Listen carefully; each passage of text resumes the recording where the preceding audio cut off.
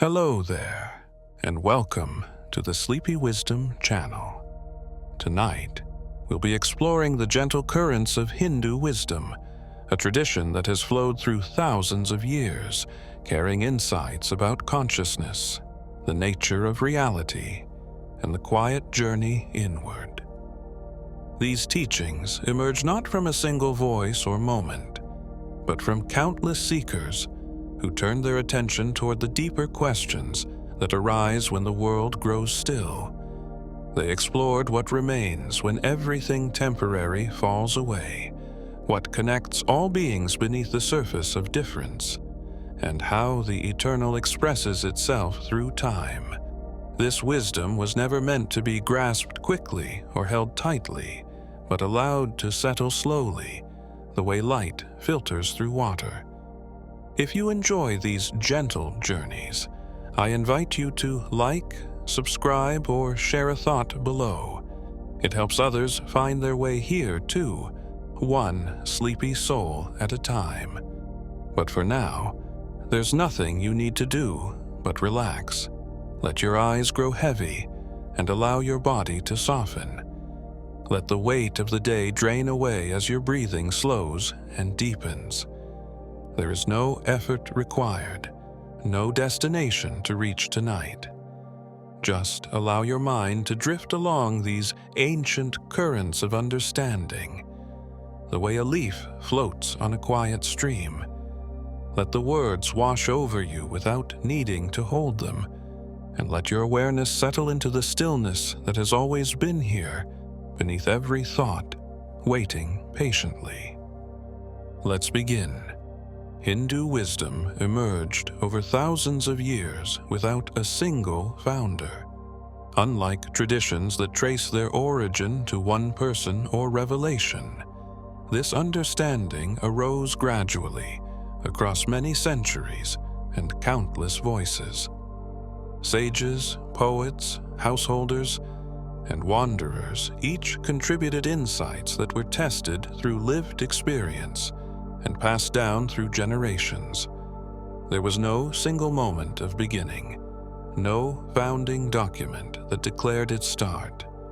Instead, wisdom accumulated the way a river gathers tributaries, each stream adding its flow to a current that grew wider and deeper over time.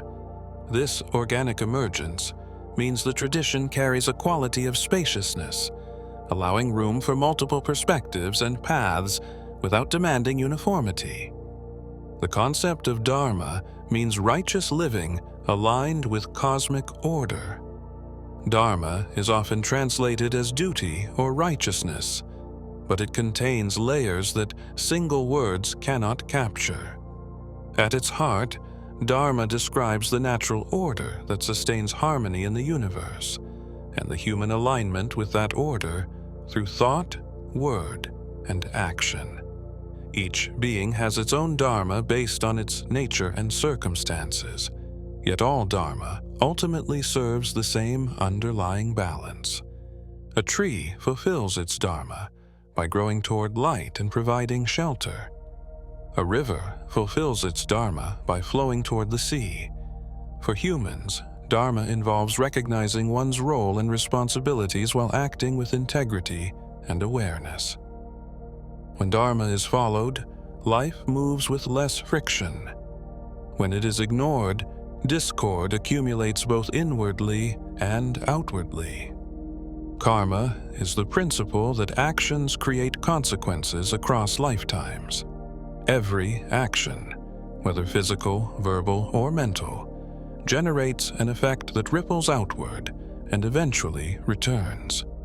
This is not punishment or reward from an external authority, but a natural law as consistent as gravity.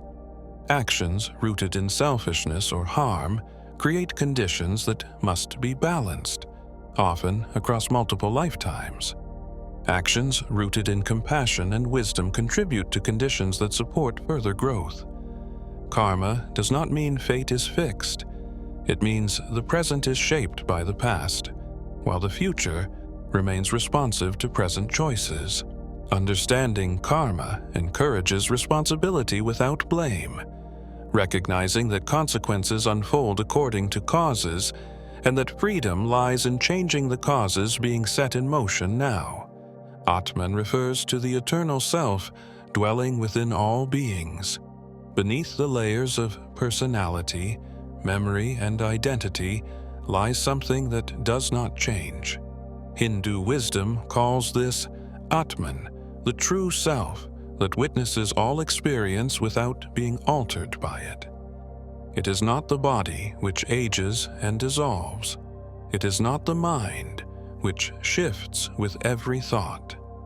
Atman is the unchanging awareness in which body and mind appear. It has no birth and no death because it exists beyond time. Recognizing Atman requires turning attention inward, past the noise of mental activity, toward the silent presence that has always been there. This recognition does not create something new. It uncovers what was never absent, but overlooked. Brahman is the infinite consciousness underlying all existence. While Atman describes the inner essence of each being, Brahman describes the infinite reality that pervades everything. It is not a distant creator standing apart from creation, but the very substance and awareness from which all phenomena arise.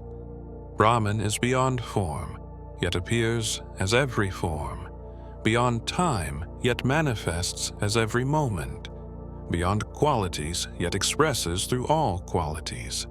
Words struggle here because language depends on distinctions, and Brahman is that which has no opposite, no boundary, no limitation. Some describe it as existence itself. Others call it consciousness or bliss.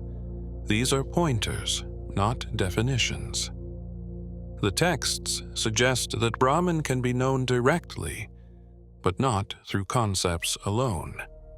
Maya describes the illusion that makes the temporary seem permanent. The world of form is real in its appearance, but not in its permanence.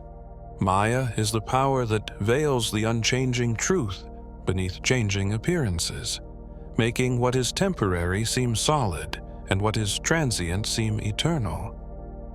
It is not that the world is false, but that the way it is perceived creates confusion. A rope in dim light may appear to be a snake. The rope is real.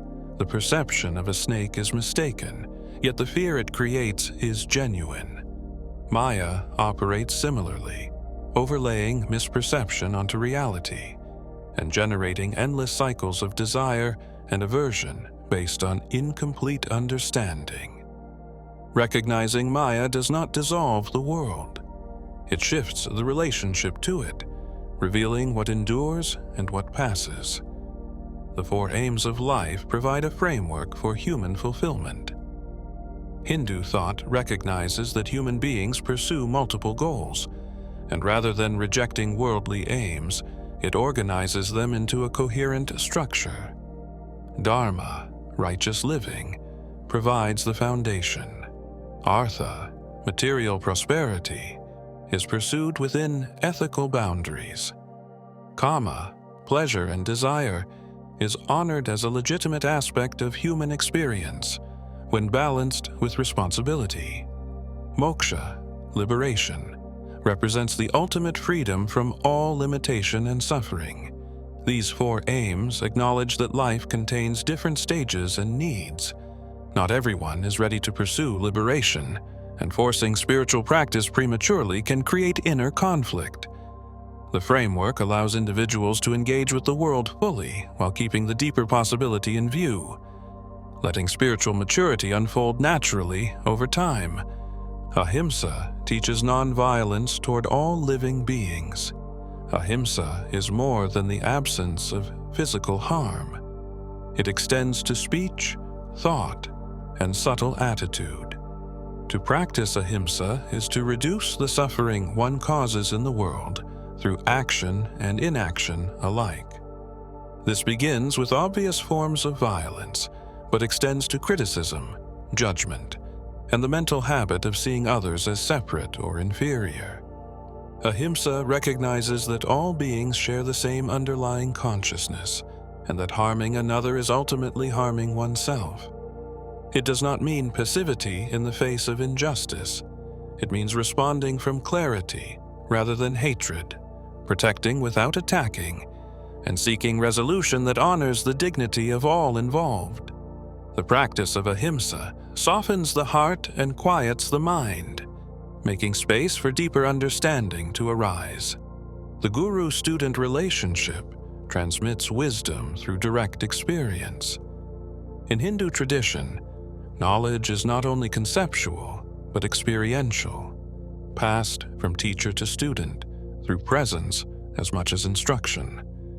A guru is one who has walked the path and can guide others through obstacles and misunderstandings that words alone cannot clarify. The relationship is built on trust, humility, and readiness. A student approaches not to collect information, but to undergo transformation. The guru offers practices, challenges assumptions, and mirrors back the student's hidden patterns. This transmission often happens in silence, through the quality of attention the teacher holds. It is said that when the student is ready, the guru appears. This readiness is not intellectual achievement, but an opening of the heart, a willingness to see beyond what is already known. Sacred sound and mantra carry vibrational power beyond meaning.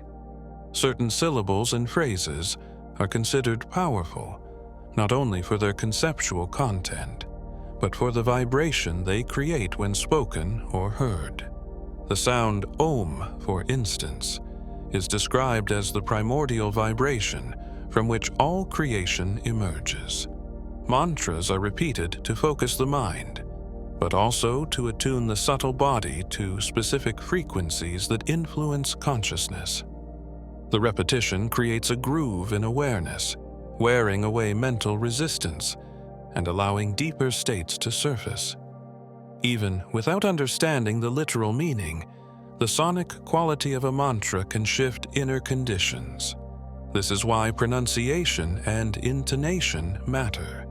The sound itself is the carrier of an effect that operates below the level of thought, reaching layers of being that concepts cannot touch. The cycle of birth and rebirth continues until liberation is attained. Consciousness does not end with the death of the body. It carries forward, taking on new forms according to the accumulated tendencies and unresolved patterns from previous lives. This cycle, called samsara, continues until the illusion of separateness dissolves and the soul recognizes its true nature. Each lifetime offers opportunities to balance karma, deepen understanding, and refine awareness. The specific circumstance of birth reflects past actions, yet each moment also holds the possibility of choice. Rebirth is not punishment. It is the continuation of a journey toward clarity. The process unfolds across vast stretches of time, guided by the principle that every being eventually returns to the source from which it emerged. Moksha represents freedom from the cycle of reincarnation. Moksha is liberation, the end of suffering, and the dissolution of the separate self into infinite awareness. It is not a place reached or a reward earned, but the realization of what has always been true. When the illusion of individuality is seen through, when identification with body and mind ceases, what remains is boundless consciousness that was never born and cannot die. Moksha is described as the highest aim of human life, yet it cannot be pursued like other goals. Effort can prepare the ground, but the final recognition occurs as grace, a spontaneous shift in which the seeker and the sought are revealed to be one. After moksha, there is no return to the cycle of birth and death. The journey is complete. The three gunas describe qualities that influence all phenomena. Everything in the manifest world contains varying proportions of three fundamental qualities called gunas. Sattva is clarity, balance, and harmony. Rajas is activity, passion, and restlessness. Tamas is inertia, darkness, and resistance. These qualities interact to create the infinite variety of forms and experiences. A mind dominated by sattva is calm and reflective. A mind dominated by rajas is agitated and driven. A mind dominated by tamas is dull and withdrawn.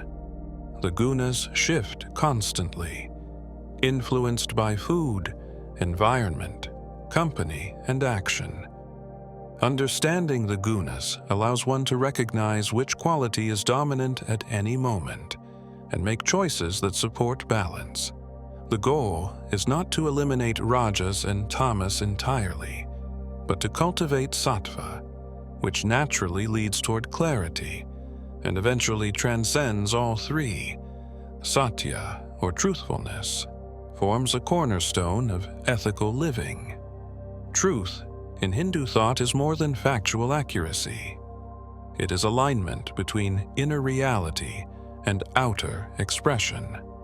To speak truth is to honor what is real without distortion or manipulation. To live in truth is to act in accordance with one's deepest understanding, rather than social pressure or personal advantage.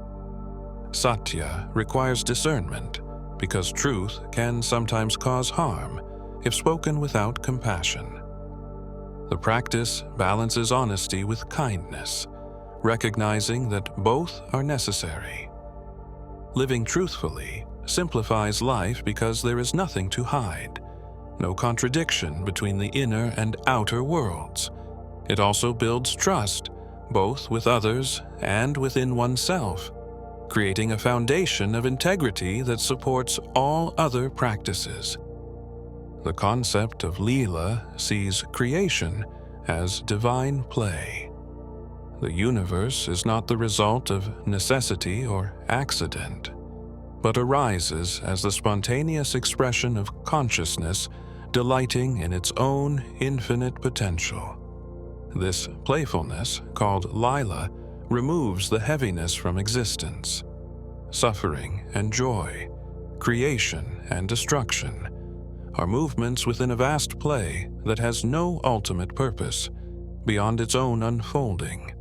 This does not diminish the seriousness of experience. Pain is real, and compassion is essential.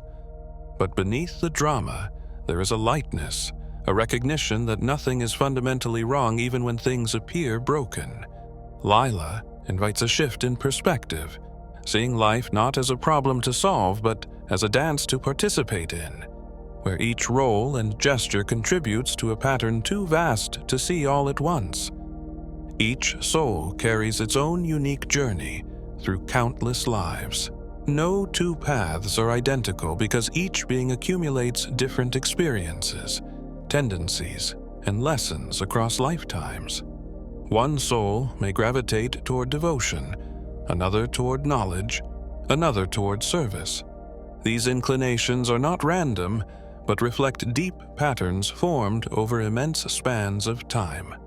Hindu wisdom honors this diversity, rather than prescribing a single method for everyone. What works for one person may obstruct another. The journey is both individual and universal. Each soul is moving toward the same ultimate realization, yet the route taken is as unique as the soul itself. This understanding fosters patience with oneself and others, recognizing that everyone is at a different point in an unimaginably long process.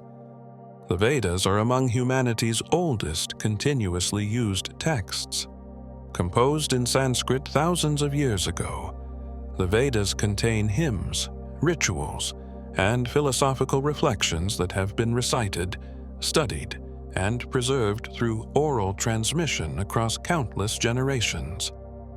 They are not the work of a single author, but a collection of insights gathered by ancient seers called rishis, who claim to have perceived truths directly rather than inventing them. The Vedas are divided into 4 collections, each serving different functions within spiritual and social life. Though much of their content addresses ritual and cosmology, later portions explore the nature of consciousness and ultimate reality. Their age and continuity reflect a civilization that valued spiritual inquiry as much as material survival, recognizing that understanding existence was as vital as sustaining it.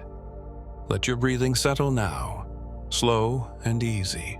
There is no need to remember what has been said or to make sense of every idea. These concepts are not meant to be grasped tightly, but allowed to rest gently in the background of awareness. Feel the weight of your body supported completely. Notice how each breath flows in and out without effort, guided by something deeper than thought. The wisdom we are exploring arose from this same stillness, from minds that quieted enough to notice what was already present. As you listen, let yourself sink a little deeper into rest, trusting that whatever is meant to settle within you will do so naturally, without force or urgency. There is nowhere to go and nothing to achieve. Just rest here, softly held by the rhythm of your own breathing. The Upanishads explore the nature of ultimate reality through dialogue. These texts form the philosophical conclusion of the Vedic tradition, marking a shift from external ritual to internal investigation.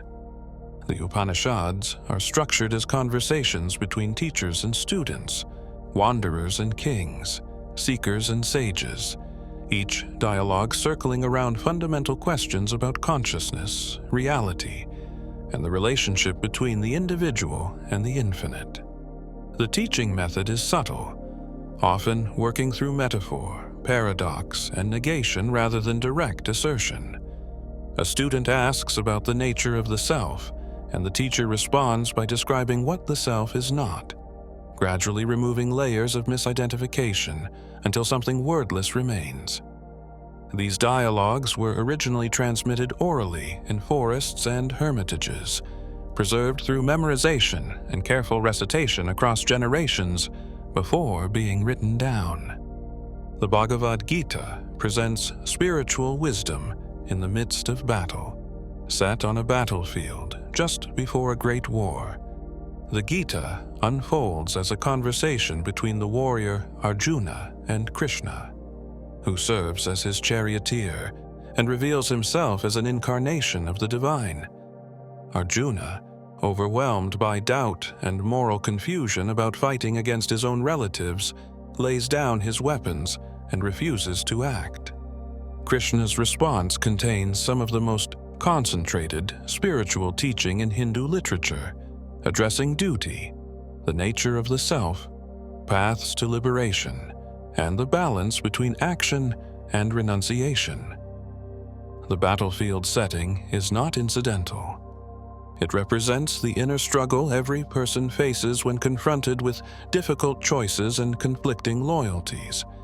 The Gita teaches that spiritual practice does not require withdrawal from the world, but can unfold through engaged action when performed without attachment to results and with devotion to something greater than personal gain.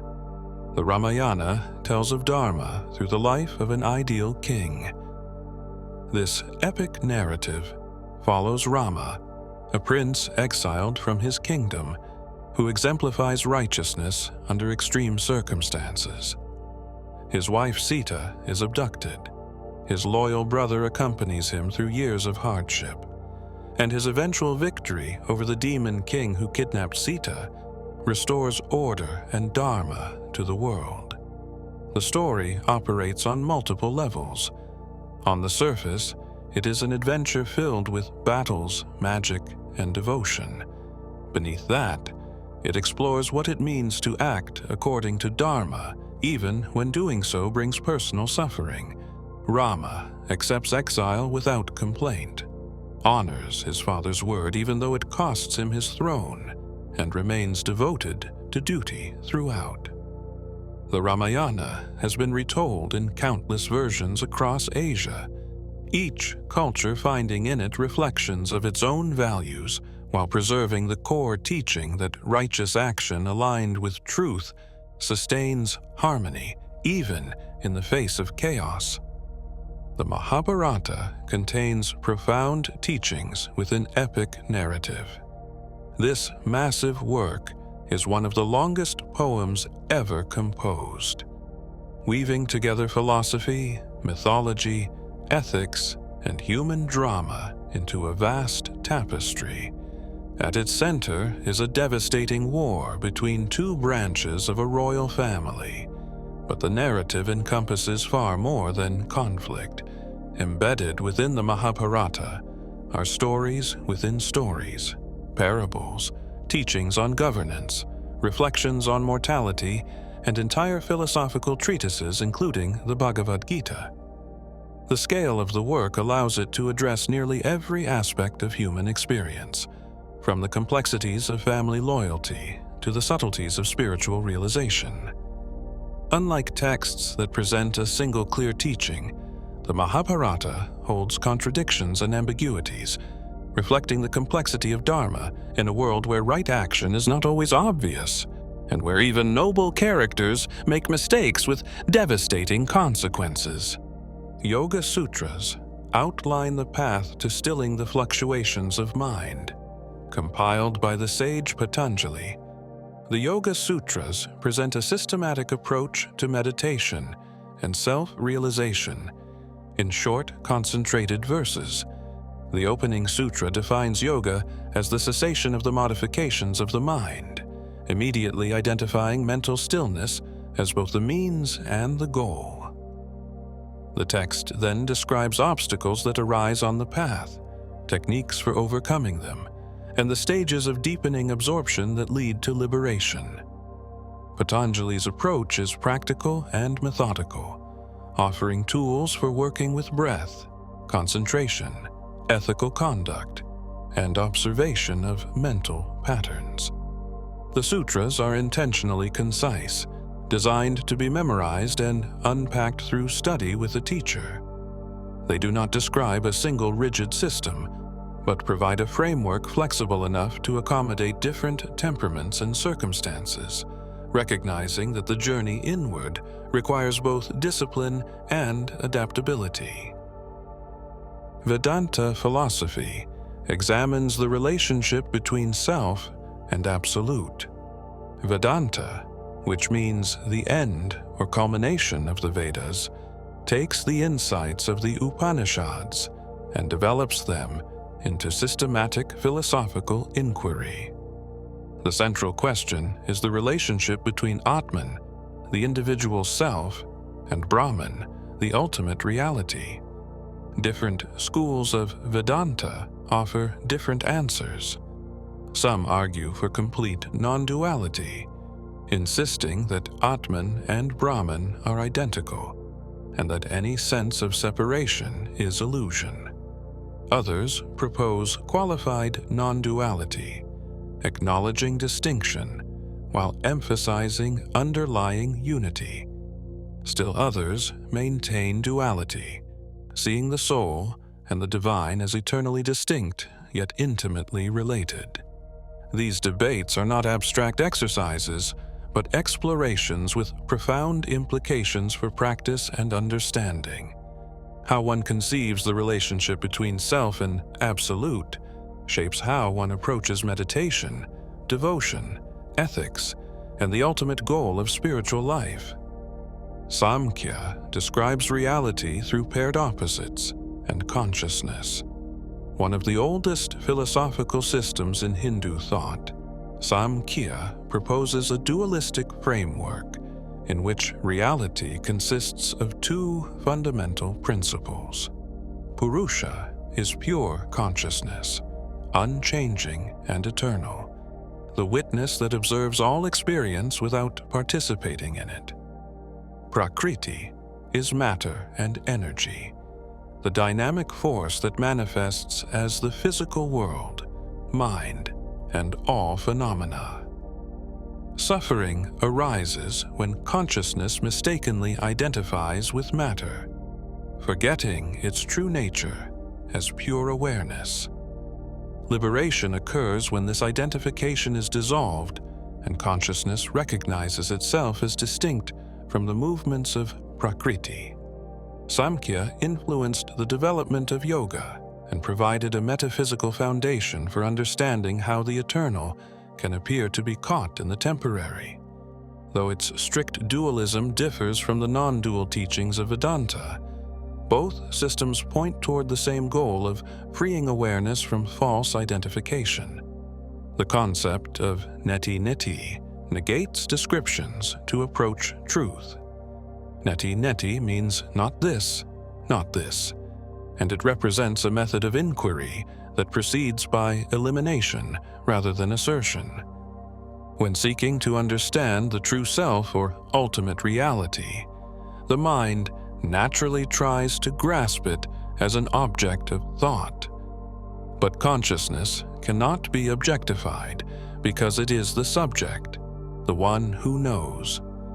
The practice of neti-neti strips away everything that can be observed or conceptualized.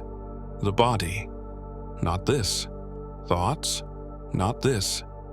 Emotions, memories, perceptions, not this. By removing layer after layer of what the self is not, the inquiry points toward what remains when all objects of awareness have been set aside. This residue cannot be described because description requires subject-object division. What is left is not absence, but the silent presence that was never absent, now recognized directly, because everything else has been cleared away. Advaita teaches non-duality between individual and universal consciousness. Advaita Vedanta, systematized by the philosopher Adi Shankaracharya, asserts that the apparent separation between the individual self and infinite consciousness is ultimately illusory. There is only one reality, Brahman, appearing as the many. The sense of being a separate person is a case of mistaken identity, like forgetting you are dreaming and believing the dream character is real. This does not mean the world is unreal, but that its apparent independence is misperceived. Waves are not separate from the ocean, even though they appear distinct. Similarly, individual consciousness is not separate from universal consciousness, even though it feels that way. Advaita practice involves inquiry into the nature of the self, meditation on the unity underlying diversity, and the cultivation of viveka, the discrimination between the eternal and the temporary. When the illusion of separation dissolves, what remains is the recognition that you have always been that which you sought. Bhakti traditions emphasize devotion as a direct path to divine, while philosophical inquiry and meditation appeal to some temperaments. Bhakti offers a path centered on love, surrender, and devotion to the divine in personal form. The divine may be approached as Krishna, Rama, Shiva, the Divine Mother, or any form that resonates with the heart. Bhakti does not require intellectual understanding or rigorous discipline. It requires opening the heart, expressing longing, and cultivating relationship with the sacred through prayer, song, worship, and service. The beloved may be seen as separate or as the innermost self, but the emotional quality of devotion remains central. Stories of bhakti saints describe being so consumed with love for the divine that all sense of separation dissolved not through analysis, but through the intensity of their devotion.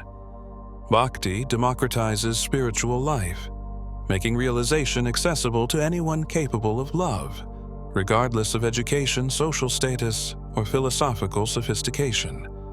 Tantra sees the material world as a manifestation of sacred energy.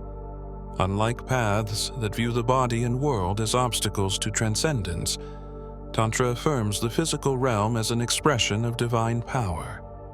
Shakti, the feminine principle of creative energy, is not separate from Shiva, the masculine principle of pure consciousness. They are two aspects of one reality, eternally united. Tantric practice works directly with the body, breath, sound, and visualization to awaken dormant energy and realize the sacred nature of all experience. This does not mean indulgence without discipline. Tantric methods are precise and often demanding, requiring guidance from a qualified teacher. The aim is to recognize that there is no split between spirit and matter, that divinity pervades everything, and that liberation can be found not by escaping the world, but by experiencing it fully, with clear awareness and transformed perception. The Puranas preserve ancient stories that encode spiritual principles. These vast collections of myths, legends, and genealogies serve as repositories of cultural memory and spiritual teaching. The Puranas contain stories of gods, demons, sages, and cosmic events, often recounting the same episodes, with variations that reflect different regional traditions and emphases. While modern readers may approach them as mythology, they were understood as conveying truths about the nature of reality through narrative rather than abstract philosophy. A story about a god descending to earth to restore Dharma is simultaneously an account of cosmic process and an allegory for the soul's journey. The Puranas make complex ideas accessible through characters and plots that engage the imagination and emotions. They also preserve ritual instructions, descriptions of sacred sites, and genealogies that connect contemporary communities to an ancient past, creating continuity across time. Different schools of thought emerged while sharing core concepts. Hindu philosophy is not monolithic, but contains numerous schools, each offering distinct approaches to liberation, while agreeing on fundamental principles like karma, rebirth, and the possibility of moksha. Some schools emphasize ritual, others renunciation. Some focus on devotion, others on knowledge or meditative absorption. Debates between schools sharpened thinking and clarified positions, yet there was rarely the kind of exclusivism found in traditions that claim a single path to truth. Instead, the multiplicity of approaches was seen as natural and even necessary, accommodating the diversity of human temperament and capacity. A person drawn to intellectual inquiry might follow Vedanta. Someone with a devotional heart might immerse in bhakti. Someone seeking direct experience might pursue yoga. Each path is valid because each addresses a real dimension of human longing and leads, when followed sincerely, toward the same ultimate realization. Sanskrit serves as a precise language for conveying subtle distinctions. Sanskrit is not merely the language in which Hindu texts were composed, but a vehicle designed for philosophical and spiritual precision. Its grammar allows for complex relationships to be expressed succinctly, and its vocabulary contains words for states of consciousness and metaphysical concepts that have no direct equivalent in many modern languages. A single Sanskrit term can contain layers of meaning that require paragraphs to unpack in translation.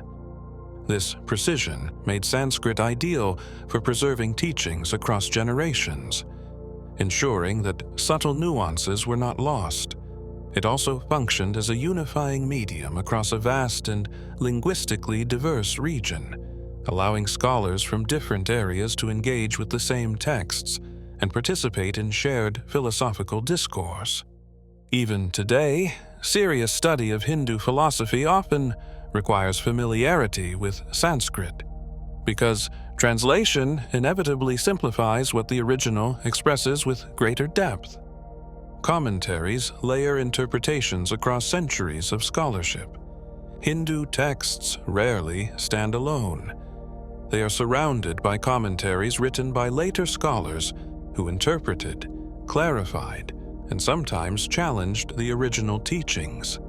A foundational text, like the Upanishads or the Bhagavad Gita, may have dozens of commentaries, each reflecting the philosophical commitments and insights of its author. These commentaries are themselves studied and commented upon, creating layers of interpretation that extend across centuries. This tradition recognizes that meaning is not fixed, but unfolds differently in different contexts, and that each generation must reinterpret ancient wisdom in light of its own circumstances. The commentaries also reveal how living traditions engage with their source material, not as static artifacts, but as living conversations that continue to evolve while remaining rooted in what came before. The oral tradition preserved vast amounts of knowledge before writing.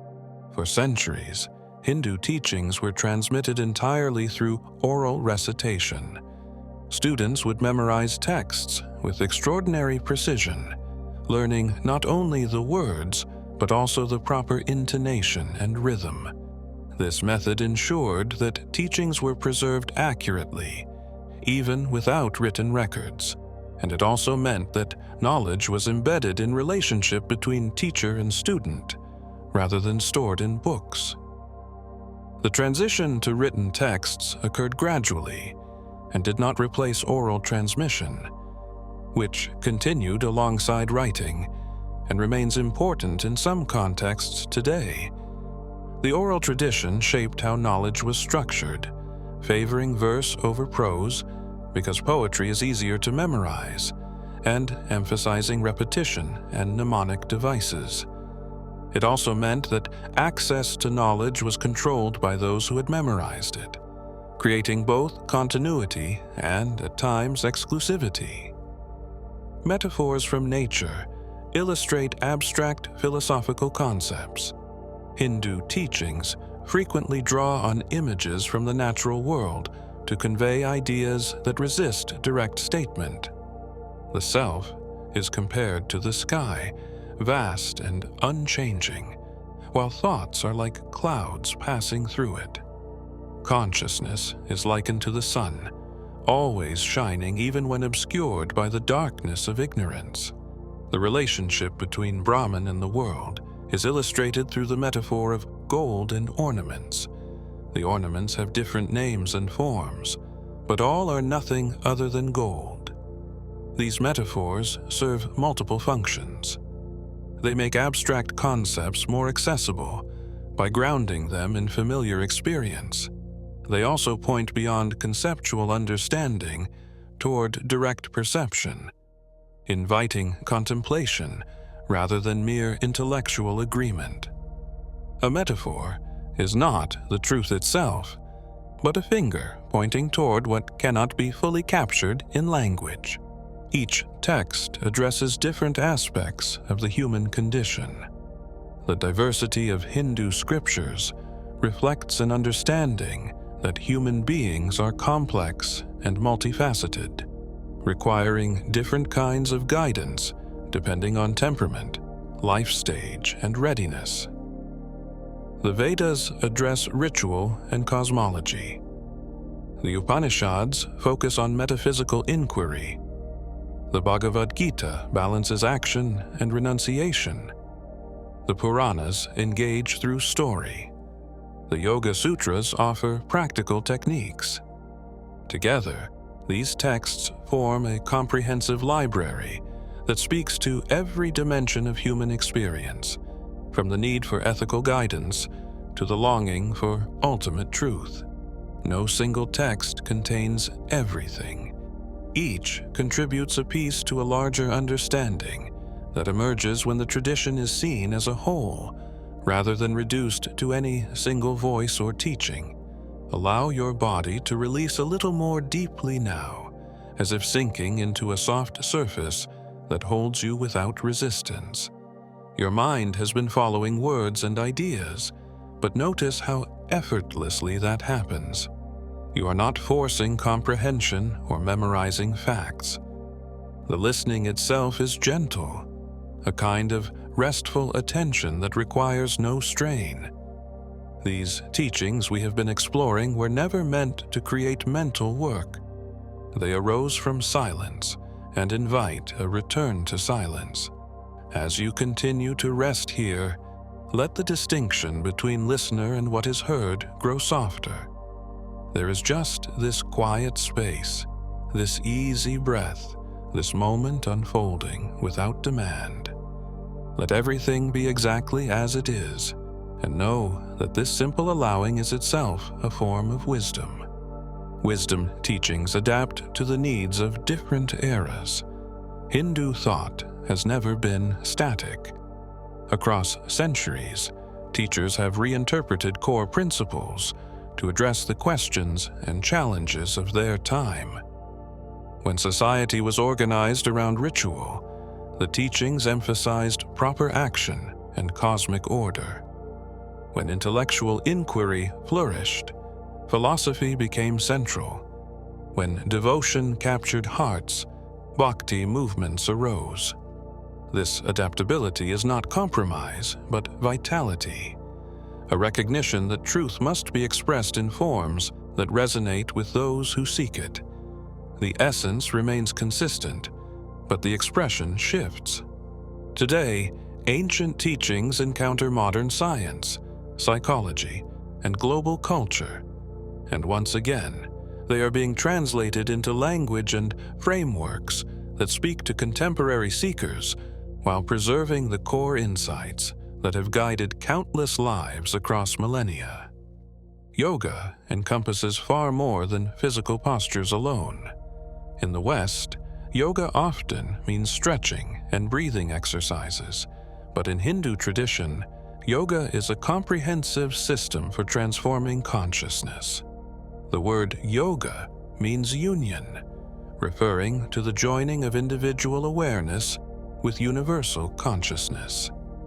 Physical postures, called asanas, are only one small part of a much larger path that includes ethical conduct, breath control, sense withdrawal, concentration, meditation, and absorption. The goal is not flexibility or fitness, but the stilling of mental fluctuations so that the true self can be recognized. Different branches of yoga emphasize different methods. Karma yoga transforms action into spiritual practice through selfless service. Jnana yoga pursues wisdom through inquiry and discrimination. Bhakti yoga cultivates devotion and love. Raja yoga focuses on meditation. Each branch addresses the same destination from a different starting point, honoring the reality that seekers come with varied inclinations and capacities. Meditation stills the mind to reveal underlying awareness. Meditation in Hindu practice is not concentration on an object, but the progressive settling of mental activity until only awareness remains. Techniques vary widely. Some involve focusing on breath, a mantra, or a visual image. Others work with inquiry, asking who is aware or where thoughts come from. Still others rest in open awareness, without any particular object. The common thread is the cultivation of inner stillness and the observation of mental patterns without being carried away by them. As the mind settles, the noise of constant thinking diminishes, and a deeper silence becomes perceptible. This silence is not empty, but alive, a field of awareness that exists prior to thought and remains when thoughts cease. Meditation is both the means to access this awareness and the natural expression of resting in it once recognized. Pranayama works with breath to influence subtle energy. Breath is more than the exchange of oxygen and carbon dioxide. In Hindu understanding, breath carries prana, the vital life force that animates the body and links the physical and subtle dimensions of being. Pranayama refers to practices that regulate and extend the breath, changing the flow of prana through the body. Slow, deep breathing calms the nervous system and prepares the mind for meditation. Alternate nostril breathing balances energy and brings clarity. Retention of breath after inhalation or exhalation deepens concentration and awakens dormant capacities. These practices are not done casually. They require proper instruction and gradual development, because working with breath affects consciousness in ways that can be destabilizing if approached carelessly.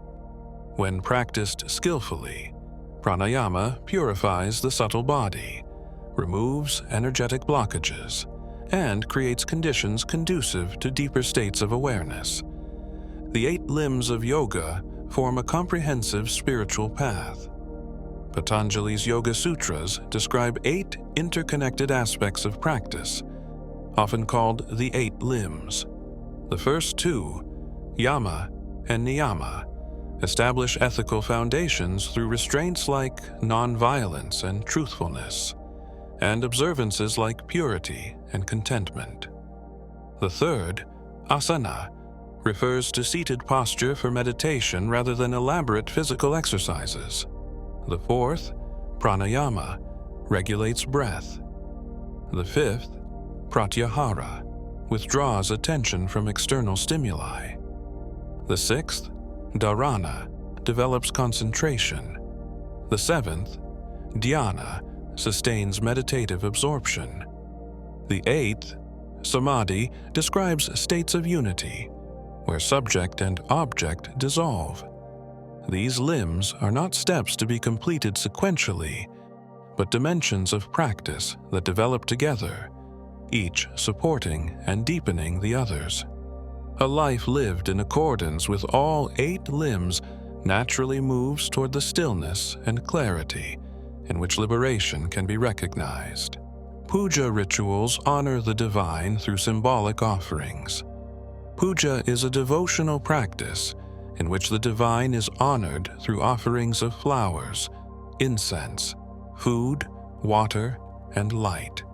These offerings are not bribes or payments, but expressions of reverence and recognition that everything belongs to the divine and is being returned symbolically. The ritual typically involves inviting the divine presence into an image or symbol, treating it as an honored guest, and then offering hospitality through various elements that engage the senses. Each gesture carries meaning. Lighting a lamp represents the removal of ignorance. Offering flowers symbolizes the offering of one's own unfolding. Ringing a bell clears the space and marks transitions. Puja can be elaborate or simple, performed in temples or at home altars, conducted by priests or individual practitioners. The external ritual mirrors an inner movement of opening the heart and recognizing the sacred presence that pervades all things. Japa involves repetition of sacred names or syllables. Japa is the practice of repeating a mantra, either aloud in a whisper or silently within the mind. The repetition may be done with the aid of a mala, a string of beads similar to a rosary, which helps maintain count and rhythm. The mantra may be a seed syllable like Om, a divine name like Ram or Krishna, or a longer phrase.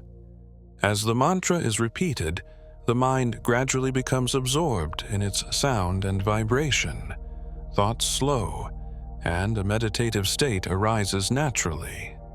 Japa is considered one of the most accessible practices because it gives the mind something to hold on to, while simultaneously leading it beyond conceptual thinking. The repetition wears a groove in consciousness, creating a refuge the practitioner can return to throughout the day. Over time, the mantra becomes effortless, repeating itself without conscious volition, and the boundary between the one repeating and what is repeated begins to dissolve. Pilgrimage connects inner journey with outer travel. Sacred sites in Hindu tradition are not merely symbolic, but are understood as places where the veil between the physical and spiritual is particularly thin. Rivers like the Ganges, mountains like the Himalayas, temples built on ancient power spots, all are destinations for pilgrimage. The journey itself is part of the practice, leaving behind daily life, enduring the difficulties of travel, and arriving with a heart prepared by effort creates an openness that allows for transformation. Pilgrims bathe in holy rivers to purify body and mind, circumambulate temples to honor the divine, and sit in meditation where sages once practiced. The external journey mirrors the inner journey from ignorance to understanding, from separation to union. Even when physical pilgrimage is not possible, the idea of spiritual journey remains central, recognizing that the ultimate destination is not a place on a map, but a shift in consciousness. Fasting serves as a practice of purification and discipline. Abstaining from food for a period is practiced not as punishment, but as a method of purification and self-mastery.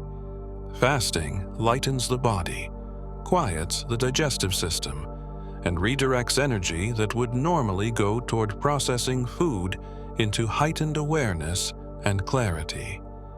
It also cultivates willpower and reveals the mind's habitual patterns around desire and comfort.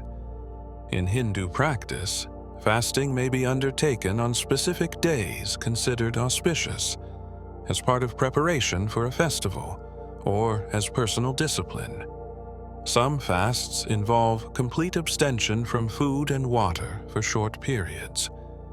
Others allow certain foods or liquids. The practice is not about deprivation for its own sake, but about creating space, both physically and mentally, for something other than constant consumption. When approached with awareness, fasting can deepen meditation, intensify devotional practice, and bring clarity to the mind usually occupied with sensory input. Seva, or selfless service, transforms action into spiritual practice. Seva means service performed without expectation of reward or recognition, offered as an expression of devotion, and as a way of reducing ego identification. Serving others becomes a form of worship when done with the understanding that the divine resides in all beings.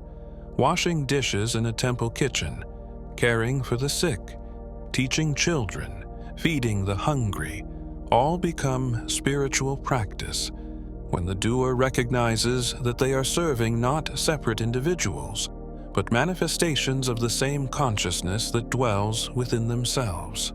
Seva purifies the heart by shifting attention away from personal gain and toward the welfare of others.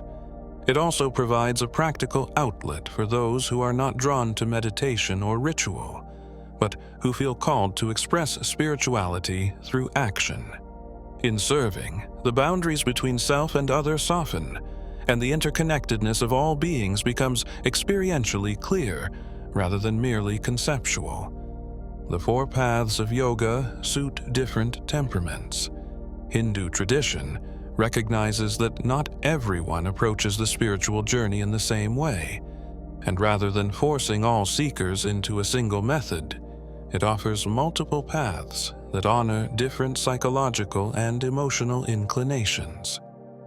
Karma yoga suits those who are naturally active and service-oriented, transforming work and duty into spiritual practice by acting without attachment to results. Bhakti yoga appeals to those with devotional hearts, channeling love and emotion toward the divine. Jnana yoga attracts those with philosophical minds who seek understanding through inquiry and discrimination between the real and the unreal. Raja yoga, the path of meditation, is for those who are drawn to inner exploration and the systematic cultivation of stillness. These paths are not mutually exclusive. Most practitioners draw on elements from several, but identifying a primary orientation helps clarify focus and prevents the confusion that can arise from trying to do everything at once. Asanas prepare the body to sit comfortably for meditation. The physical postures taught in yoga were not originally designed as exercise routines, but as preparation for prolonged meditation. Sitting still for extended periods places demands on the body. Muscles must be both strong and flexible. The spine needs support without rigidity. Circulation must flow freely. Asanas address these needs by stretching, strengthening, and balancing the body so that sitting becomes sustainable without discomfort. A body that is tense or painful distracts the mind from meditation. A body that has been properly prepared allows attention to turn inward without constantly being pulled back to physical sensation. The practice of asanas also cultivates body awareness, breath coordination, and the ability to remain present with sensation without reacting, all of which support meditative development. While contemporary yoga often emphasizes the physical benefits of asanas, their original purpose was entirely in service of creating conditions favorable for the stilling of the mind. Mudras use hand gestures to direct subtle energy. Mudras are symbolic gestures, most commonly formed with the hands, that influence the flow of prana within the body. Each mudra creates a specific energetic circuit that affects consciousness in subtle ways. Anjali Mudra, palms together at the heart, cultivates reverence and centers awareness. Chin Mudra, thumb and index finger touching, balances energy and supports meditation. Abhaya Mudra, palm raised outward, conveys fearlessness and protection. Though the gestures appear simple, they are understood to work on levels beyond the physical, connecting the practitioner with archetypal energies and states of consciousness. Mudras are often combined with meditation, pranayama, or visualization to deepen practice. They also appear in sacred art and iconography, where the hand positions of deities communicate specific qualities and blessings. The practice of mudras reflects the understanding that every aspect of the body can become a tool for spiritual transformation when used with awareness and intention. Satsang, or spiritual community, supports seekers on the path. Satsang means association with truth, or being in the company of the wise. The practice involves gathering with others who share spiritual interest, listening to teachings, asking questions, singing devotional songs, and sitting in meditation together.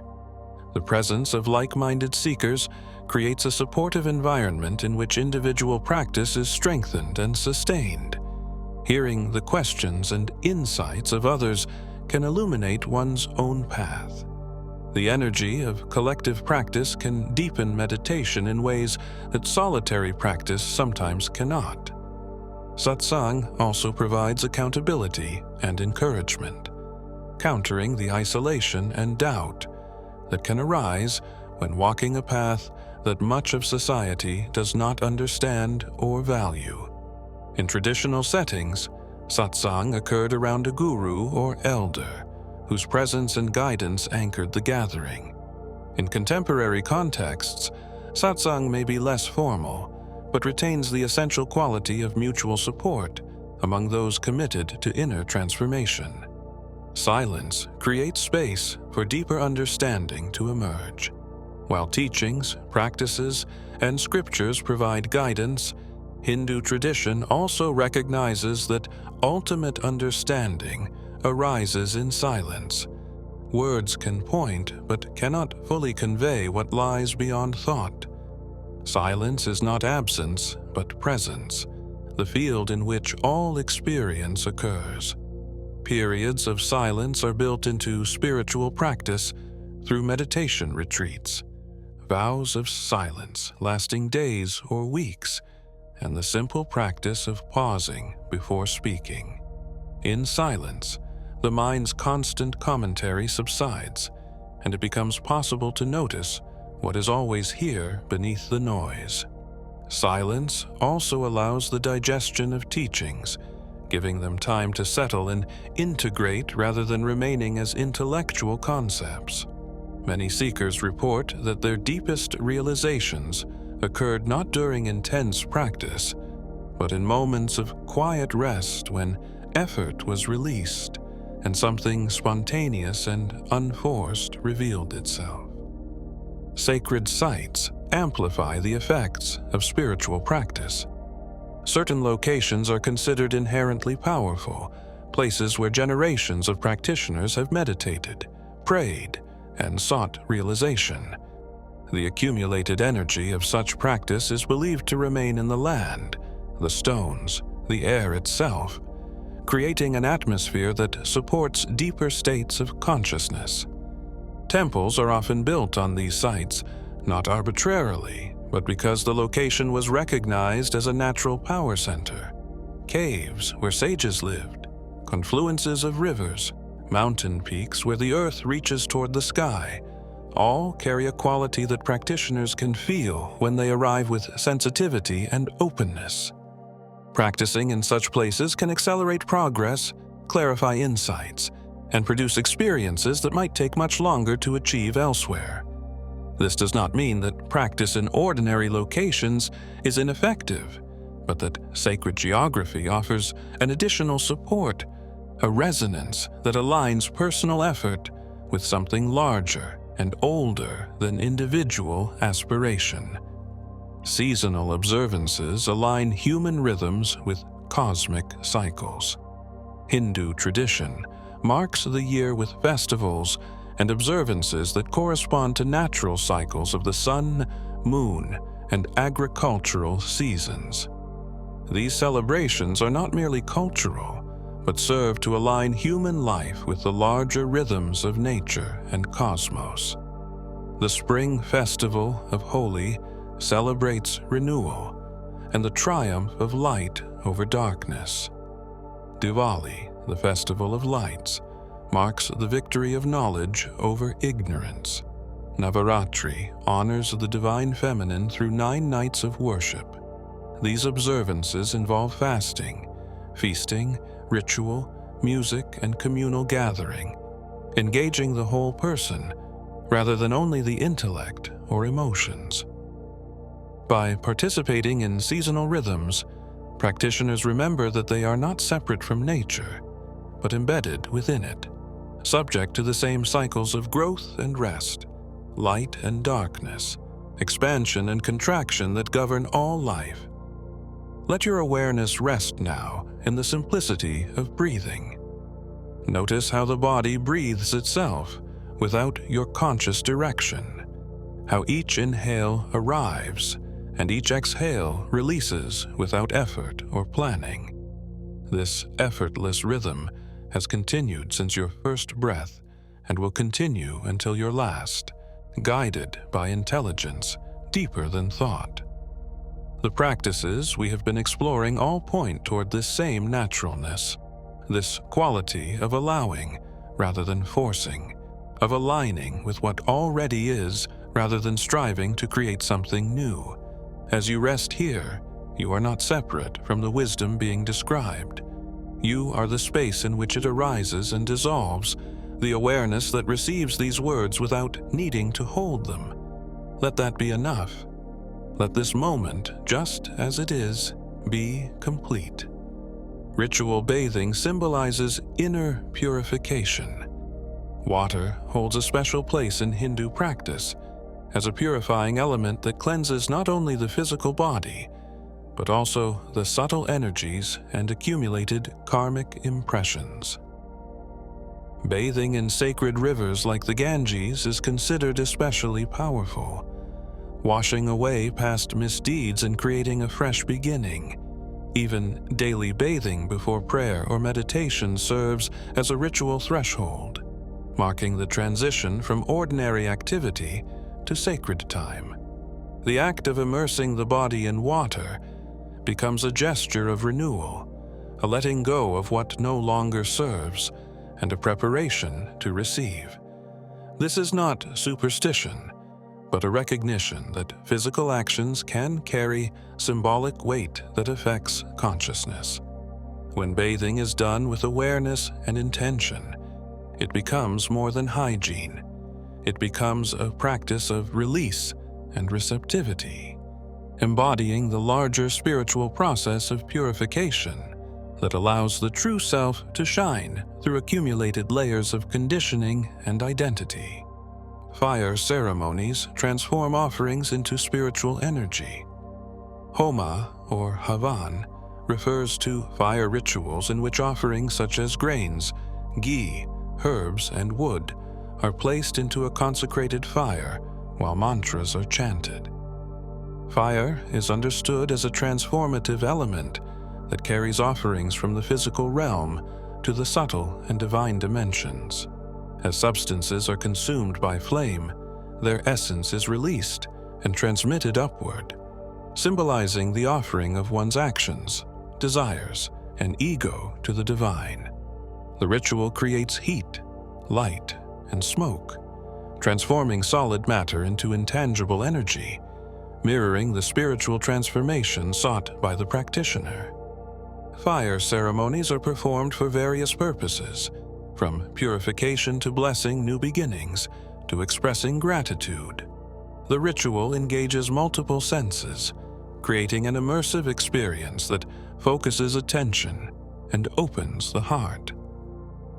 Sitting before the fire, witnessing transformation through flame, participants are reminded that everything changes, everything can be offered, and everything ultimately returns to its source. The practice of self-inquiry questions the nature of identity. Self-inquiry, or Atma Vichara, is a method of directly investigating the question, "Who am I?" Rather than answering with concepts or stories, the practice involves turning attention back toward the source of the sense of self. When a thought arises, instead of following it, the practitioner asks to whom this thought appears. The answer is always, "To me." Then the question becomes, who is this me? Pursuing this line of inquiry inward, past all identifications with body, mind, roles, and history, attention is drawn toward the witness, the unchanging awareness in which all experience occurs. Self-inquiry is not intellectual analysis, but a direct pointing of attention toward its own source. Over time, the question dissolves the questioner, revealing that what was seeking was already what was being sought. This practice was taught most famously by Ramana Maharshi, who emphasized that self-inquiry is the most direct path because it addresses the root of ignorance, the mistaken identification with a limited, separate self. Vegetarianism reflects the principle of non-harm. Many Hindu practitioners choose not to eat meat, understanding that causing the death of animals for food conflicts with the principle of ahimsa. Vegetarianism is not commanded universally, and practices vary widely across regions and communities, but the underlying reasoning reflects a commitment to minimizing harm and recognizing kinship with all living beings. The choice also relates to the concept of karma, understanding that actions rooted in violence, even indirectly, create consequences that must eventually be resolved. Vegetarianism is also seen as supporting a sattvic, or pure, state of mind conducive to meditation and spiritual practice. Foods carry subtle qualities, and a diet of grains, vegetables, fruits, and dairy is considered lighter and more harmonious than one including meat. The practice extends beyond diet to a broader ethic of treading lightly on the earth and living in a way that honors the interdependence of all life. Daily practice accumulates subtle transformations over time. Spiritual progress is not usually dramatic or sudden, but unfolds gradually through consistent practice. A few minutes of meditation each morning, regular reading of sacred texts, repeating a mantra, observing ethical principles, all create incremental shifts that compound over months and years. The mind slowly becomes more settled. Reactions soften. Patterns that once seemed fixed begin to loosen. Clarity increases. Compassion deepens. These changes may not be obvious day to day, but over longer timescales, they become undeniable. The tradition emphasizes regularity over intensity, understanding that sustained gentle effort is more effective than sporadic bursts of enthusiasm. Daily practice also creates a container, a rhythm that supports spiritual life amid the demands and distractions of the world. By returning to practice each day, the practitioner builds momentum and establishes a foundation that can support deeper work when the time is right. Hindu cosmology describes vast cycles of creation and dissolution. Time in Hindu understanding is not linear but cyclical, moving through immense periods of manifestation and return to the unmanifest. The universe emerges from the formless potential of Brahman, expands and evolves through ages of varying quality, then dissolves back into its source, only to emerge again in an endless rhythm. This process is not random, but follows precise patterns and durations that stretch far beyond human comprehension. Each cycle contains smaller cycles nested within it, from the lifespan of individuals to the ages of civilizations, to the existence of entire universes. The cosmology reflects a view of existence as fundamentally rhythmic, breathing in and out across scales of time that dwarf geological epochs. What appears permanent from the limited perspective of a human lifetime is revealed as temporary when seen against the vast canvas of cosmic time. A kalpa represents a day in the life of Brahma, lasting billions of years. Hindu cosmology personifies the creative principle as Brahma, the creator deity, and measures cosmic time in terms of his lifespan. One day of Brahma, called a kalpa, lasts 4.32 billion years by human reckoning. During this day, universes manifest and evolve. When Brahma's day ends and night arrives, all creation dissolves back into the unmanifest, resting in potential until the next cosmic dawn. Brahma's night also lasts 4.32 billion years. This alternation continues for Brahma's entire lifespan, which consists of 100 cosmic years, each containing 360 such day-night cycles. The numbers are staggering, designed to convey the incomprehensible vastness of cosmic time and to humble the human tendency to assume importance based on temporal existence. From this perspective, even the longest human life or the rise and fall of civilizations is less than a flicker in the cosmic day. Yugas are ages that cycle through varying levels of dharma. Within each cosmic cycle, time is divided into 4 yugas, or ages, that decline progressively in terms of righteousness, lifespan, and spiritual clarity. The first age, Satya Yuga, is characterized by truth, virtue, and long life. Beings live in harmony with Dharma, and spiritual realization comes easily. As time progresses, the second age, Treta Yuga, sees a quarter decline in Dharma. The third age, Dvapara Yuga, loses half. The fourth and current age, Kali Yuga, is marked by the greatest decline, with Dharma reduced to a quarter of its fullness. Confusion, conflict, and materialism dominate. Yet even within Kali Yuga, liberation remains possible, and some teachings suggest that spiritual effort in difficult times carries greater weight. After Kali Yuga concludes, the cycle renews with another Satya Yuga, and the pattern continues, reflecting the eternal rhythm of rise and fall, expansion and contraction. The universe emerges from and returns to unmanifest potential. Before creation, all exists in a state of undifferentiated potential, sometimes described as cosmic sleep or the womb of Brahman. From this formless source, the impulse to manifest arises, not from need, but as spontaneous expression. Space, time, energy, and matter unfold in sequence, gradually becoming more differentiated and complex. Universes take form, governed by natural laws, and within them, countless beings experience existence across multiple realms and dimensions.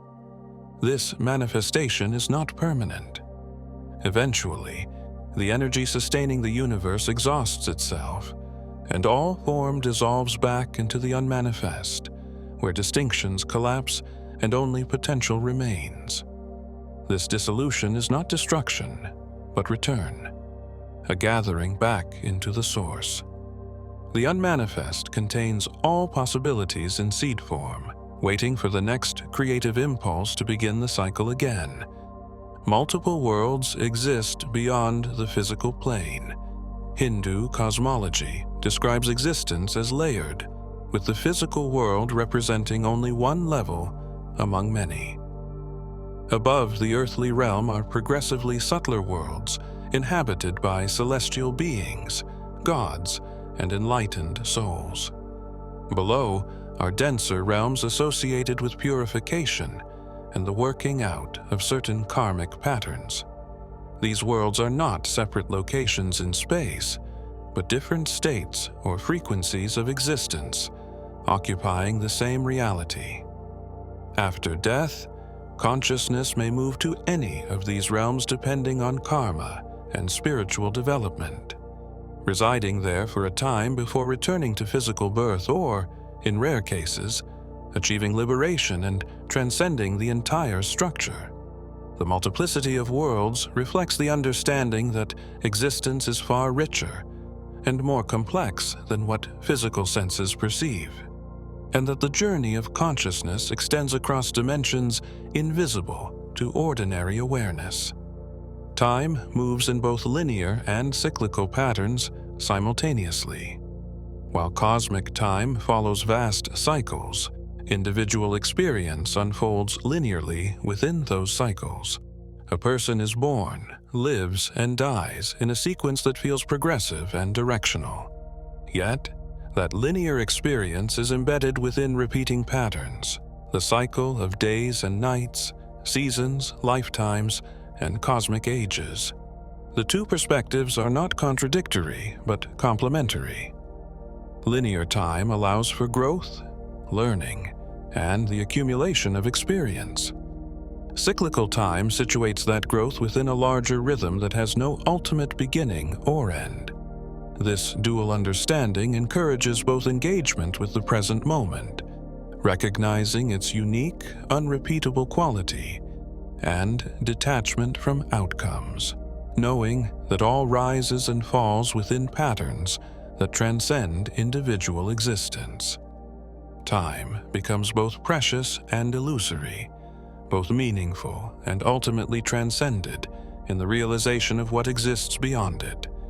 The cosmic dance of Shiva represents continuous creation and destruction. Shiva is often depicted as Nataraja, the Lord of Dance, performing within a circle of flames. Each movement of the dance symbolizes an aspect of cosmic process. One hand holds the drum that beats the rhythm of creation, bringing forth new forms. Another hand holds fire, representing the dissolution that clears away what has served its purpose. A third hand gestures fearlessness, and a fourth points toward the uplifted foot, indicating liberation. Beneath Shiva's foot lies a figure representing ignorance, pinned but not destroyed, illustrating the ongoing struggle between awareness and delusion. The dance occurs continuously, not as separate acts of creation and destruction, but as a single fluid movement in which both happen simultaneously. Form arises and dissolves in every moment, and Shiva's dance is the rhythm underlying all change, the eternal play of consciousness with itself. Mount Meru stands as the axis connecting earthly and heavenly realms. In Hindu cosmology, Mount Meru is the sacred mountain at the center of the universe, the axis around which all worlds revolve. It is described as impossibly tall, with roots extending into lower realms and peak reaching into the heavens where gods reside. The mountain serves as a bridge between dimensions, a conduit through which divine energy descends and through which souls ascend. Though often understood symbolically, Meru represents the principle of a cosmic center, an organizing point around which existence arranges itself. In spiritual practice, Mount Meru corresponds to the spine, with the energy centers or chakras arrayed along it, like worlds arranged along the cosmic axis. Meditating on the spine as Mount Meru transforms the body into a microcosm of the universe, a sacred geography through which consciousness can journey from the densest to the most subtle dimensions of being. Sacred rivers embody purifying spiritual currents. Rivers in Hindu tradition are not merely bodies of water, but living goddesses whose flow carries blessings and purification. The Ganges, descending from the heavens and flowing across the land before merging with the ocean, represents the descent of divine grace into the material world. Bathing in her waters is believed to wash away karma and grant spiritual merit. Other rivers, like the Yamuna, Saraswati, Godavari, and Narmada, each carry their own qualities and significance. The confluence of rivers, especially the meeting of the Ganges, Yamuna, and the invisible Saraswati at Prayagraj, is considered especially sacred, a place where different energies merge and amplify. Rivers also symbolize the flow of time, the movement from source to dissolution, and the journey of consciousness from its origin toward union with the infinite ocean of Brahman. Symbols like Om contain concentrated cosmological meaning. Om, also written as Aum, is considered the primordial sound from which all creation emanates. The three letters A-U-M represent the triad of waking, dreaming, and deep sleep states, or the trinity of Brahma, Vishnu, and Shiva, or past, present and future. The silence that follows the sound represents the fourth state, Turiya, pure consciousness beyond all states. Chanting Om is said to vibrate at the frequency of the universe itself, aligning the practitioner with cosmic rhythms. The symbol is written in a form that suggests multiple layers of meaning, with curves and dots representing different aspects of reality. Om appears at the beginning and end of prayers, marking sacred time and space. It is both a sound and a silence, both a symbol and what the symbol points toward, containing within a single syllable the entire cosmology of manifestation and transcendence. The lotus represents spiritual unfoldment emerging from material existence. The lotus grows in muddy water, sending its stem upward through darkness until it breaks the surface and opens in sunlight. This journey from mud to blossom symbolizes the soul's journey from ignorance to enlightenment, rooted in the material world yet reaching toward spiritual realization. The lotus remains untouched by the water that surrounds it, just as the awakened soul lives in the world without being stained by attachment or aversion. Deities are often depicted seated on lotus thrones, indicating their transcendent nature. The chakras are visualized as lotuses, with varying numbers of petals, each representing different qualities and levels of consciousness. The unopened bud represents potential. The fully opened flower represents realization, and the process of opening represents the gradual awakening that occurs through spiritual practice. Deities personify universal forces and qualities. Hindu tradition includes a vast pantheon of deities, each representing different aspects of the one ultimate reality. Saraswati embodies knowledge, music, and the arts. Lakshmi represents prosperity and abundance. Ganesha removes obstacles and grants auspicious beginnings. Hanuman exemplifies devotion and selfless service. Kali confronts death and transformation. These figures are not understood as separate beings dwelling elsewhere, but as personifications of qualities and forces that exist within the cosmos and within each person. Worshipping a deity is a way of cultivating the quality they represent and of approaching the formless absolute through a form that resonates with the heart. The multiplicity of deities reflects the infinite ways in which the divine can be known and honored, accommodating different needs and inclinations while pointing ultimately toward the unity that underlies all diversity. The trinity of Brahma, Vishnu, and Shiva governs cosmic functions. Hindu cosmology organizes the primary cosmic functions into a triad. Brahma, the creator, brings forth the universe and all forms within it. Vishnu, the preserver, maintains cosmic order, sustaining creation and intervening when dharma declines. Shiva, the destroyer, dissolves forms that have completed their cycle, clearing space for new creation. These three are not separate gods competing for power, but three aspects of one process, three movements in the eternal dance of existence. Creation, preservation, and dissolution occur simultaneously at every scale, from the birth and death of cells to the rise and fall of civilizations, to the emergence and dissolution of entire universes. The Trinity represents the understanding that reality is fundamentally dynamic, never static, always in movement between emergence, stability, and return to potential. Avatars descend when dharma declines to restore balance, when unrighteousness overwhelms righteousness and the world falls into chaos. The divine principle takes embodied form to restore order. These incarnations, called avatars, appear at critical junctures in cosmic history. Vishnu is said to have 10 major avatars, including Rama and Krishna, each addressing the specific needs of their time. The avatar is fully divine, yet fully embodied, participating in human experience while remaining rooted in transcendent awareness.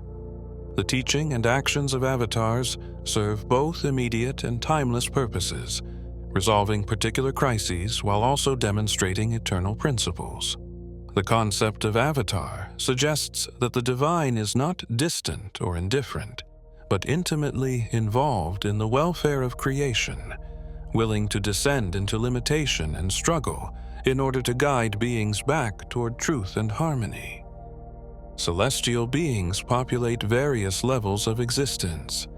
Beyond humans and animals, Hindu cosmology describes numerous other types of beings inhabiting different realms. Devas are celestial beings associated with natural forces and cosmic functions, dwelling in higher worlds of light and enjoying long lives of pleasure and power. Asuras are powerful beings often in conflict with devas, representing egoic tendencies and the struggle for dominance. Gandharvas are celestial musicians. Apsaras are heavenly dancers. Yakshas guard treasures. Nagas are serpent beings associated with water and earth. These beings are not metaphors, but understood as real inhabitants of subtle dimensions, each playing roles in the larger ecology of existence. Humans occupy a unique position, neither as exalted as devas, nor as bound as beings in lower realms, but uniquely positioned to pursue liberation, because human life combines enough suffering to motivate seeking and enough freedom to practice effectively. Feel the gentle rise and fall of your chest now, each breath a soft wave that needs no guidance.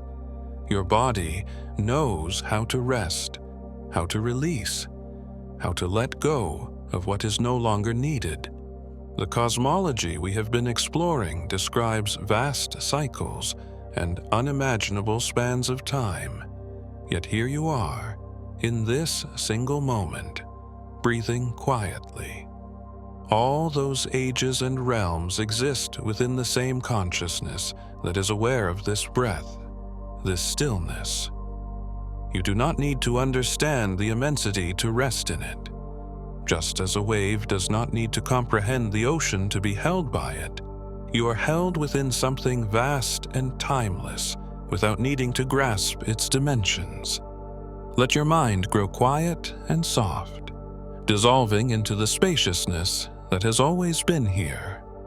Sacred geometry underlies temple architecture and ritual diagrams. Hindu temples are not arbitrary structures, but embodiments of cosmic principles expressed through precise mathematical ratios and geometric forms. The layout often mirrors the human body or the structure of the universe, with the innermost sanctuary representing the heart or cosmic center. Proportions are based on sacred geometry that harmonizes space and creates resonance with subtle dimensions.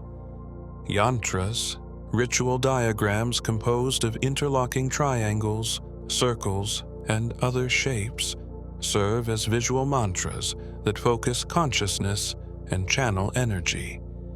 The Sri Yantra, for example, consists of 9 interlocking triangles forming 43 smaller triangles, representing the interplay of masculine and feminine principles and the progressive levels of reality from the material to the absolute. Contemplating these geometric forms aligns the mind with the underlying order of creation, revealing pattern and harmony beneath apparent chaos. Numbers carry symbolic significance beyond quantity. In Hindu thought, numbers are not merely tools for counting, but symbols carrying philosophical and spiritual meaning. 1 represents unity and the absolute. 2 signifies duality and manifestation. 3 appears in countless triads, from the gunas to the trinity to the 3 states of consciousness. 4 marks completion and stability. As in the 4 Vedas, 4 aims of life, 4 stages of life. 7 corresponds to levels of reality and energy centers. 8 represents auspicious infinity. 108, the product of 1, 2, and 3 raised to various powers, is considered especially sacred, reflected in mala beads used for mantra repetition.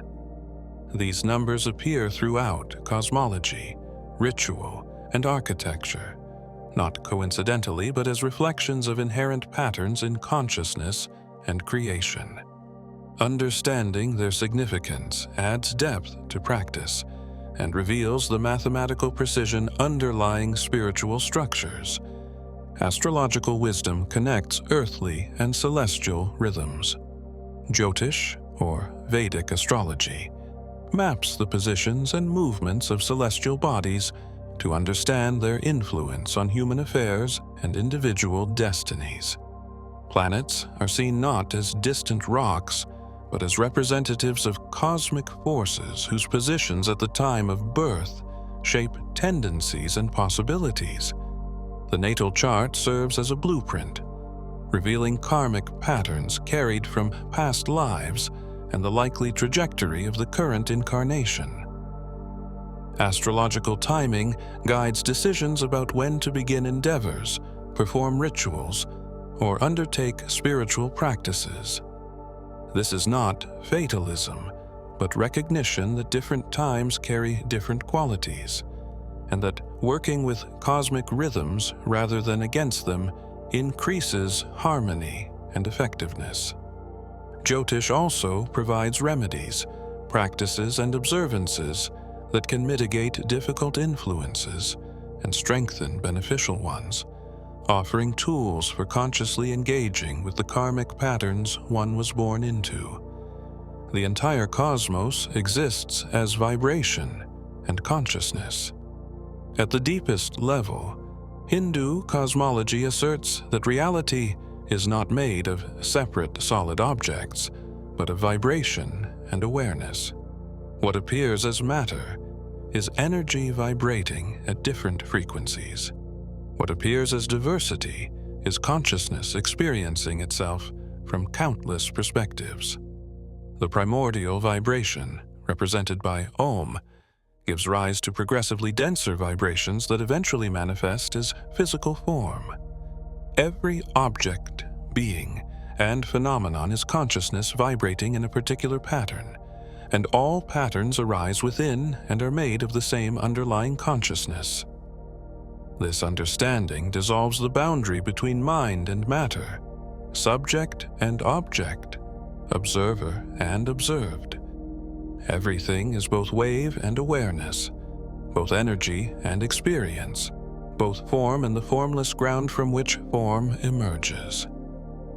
Recognizing this transforms perception, revealing the world not as dead matter external to consciousness, but as consciousness appearing to itself in infinite variety. The witness consciousness observes without identifying with thoughts. Beneath the constant stream of thinking lies an unchanging awareness that simply witnesses. This witnessing presence is not another thought observing thoughts, but the space in which all mental activity appears. It watches emotions rise and fall without being moved by them. It notices sensations without becoming them. The witness is always present, always silent, always uninvolved in the drama of experience, even while being intimately aware of it. Recognizing oneself as the witness, rather than the content of consciousness, is a pivotal shift in spiritual development. It creates distance from identification with passing states and reveals the stability that underlies all change. The witness cannot be disturbed because it is not participating in what disturbs.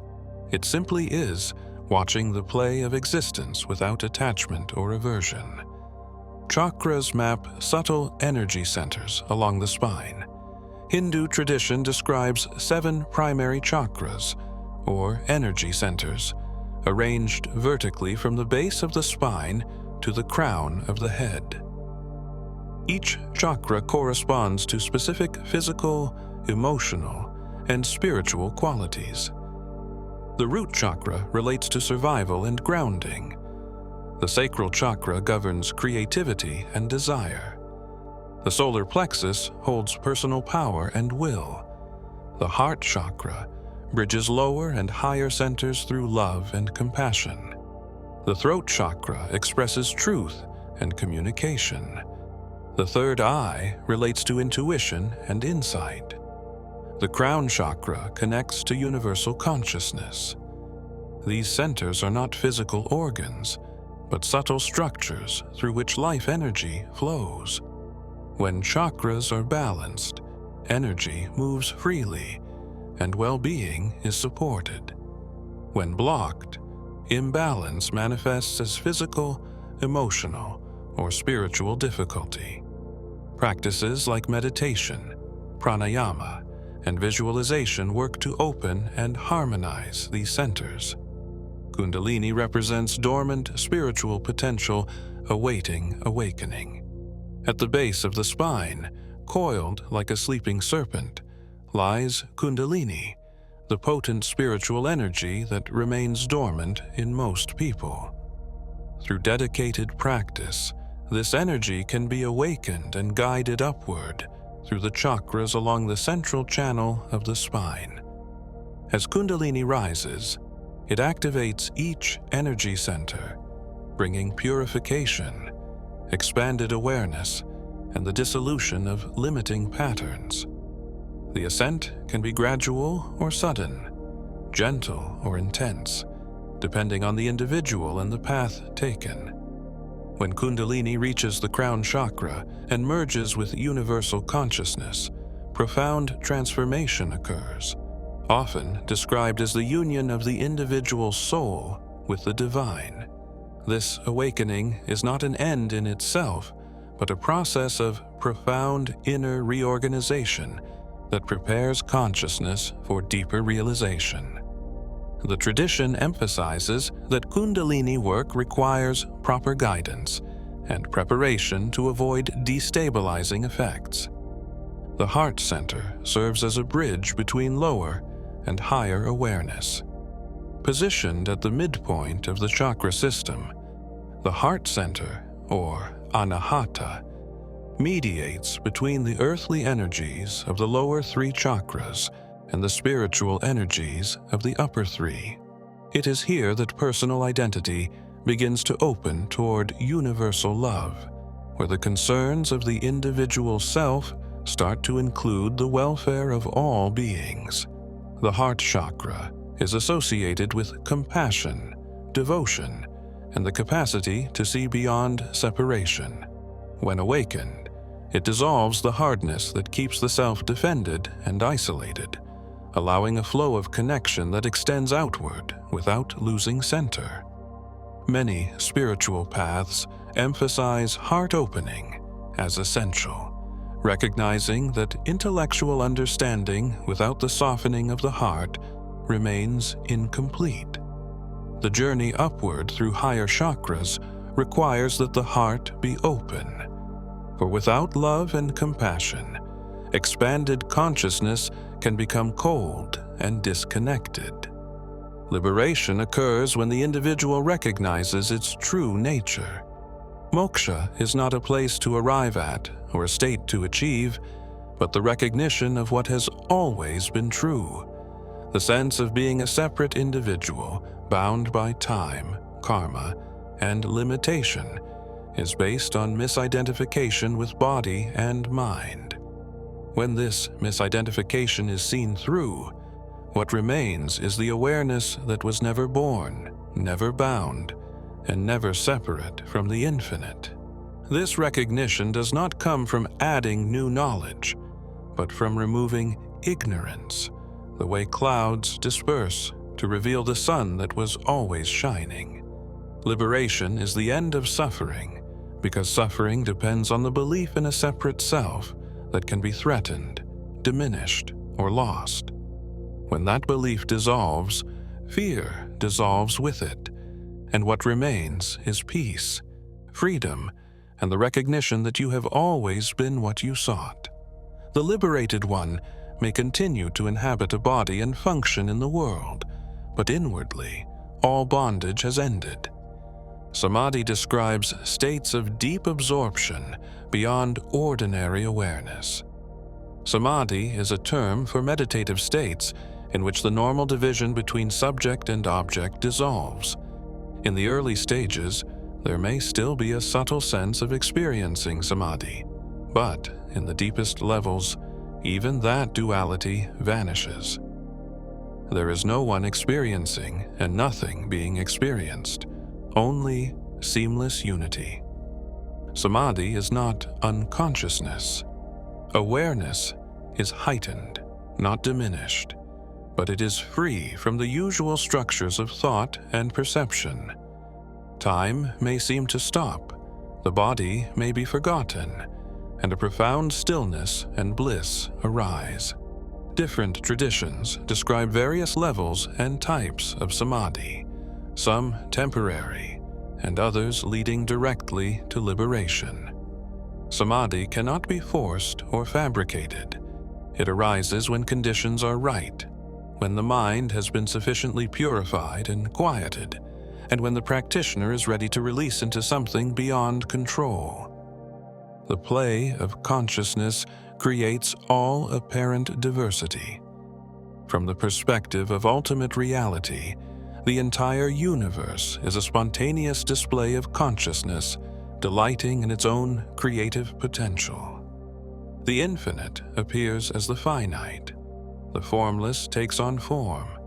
The one becomes many, not out of necessity, but as free expression. This cosmic play, or lila, includes everything: the beautiful and the terrible, creation and destruction, joy and sorrow. To the limited mind, events seem random or unfair. To the awakened vision, everything is recognized as movement within a single consciousness that is playing all roles simultaneously. Understanding existence as lila does not diminish responsibility or compassion. It shifts the relationship to experience, revealing that even suffering occurs within a larger context that is fundamentally benign. The game is not happening to you.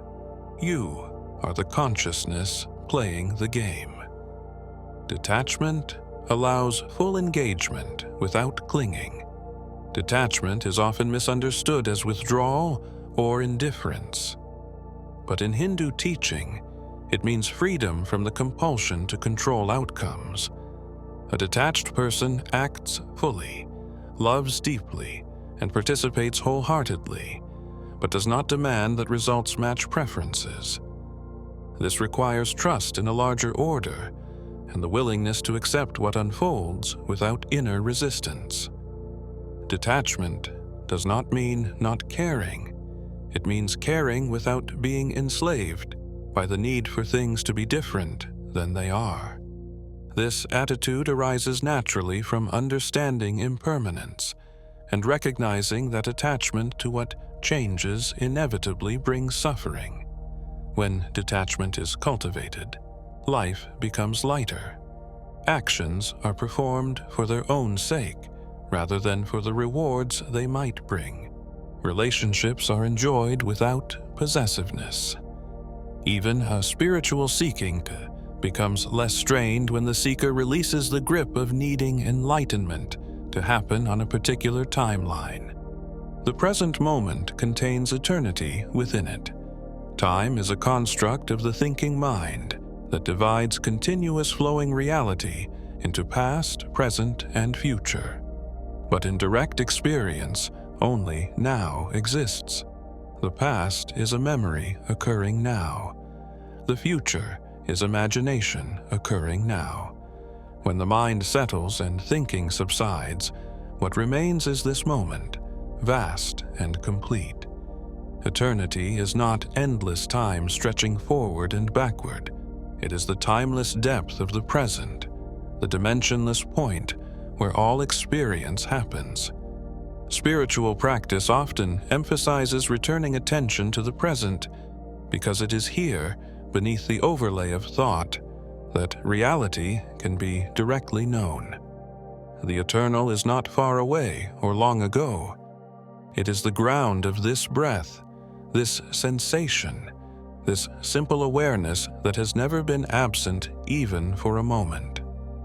Inner silence reveals what words cannot express. Language operates through concepts and distinctions, but ultimate truth transcends both. Words can point toward it, create conditions favorable for recognition, but cannot capture it. Silence is not the absence of sound, but the absence of mental noise, the stillness in which reality can be perceived without the filter of thought. In this silence, something is known that cannot be spoken, a presence, a wholeness, a recognition that defies description.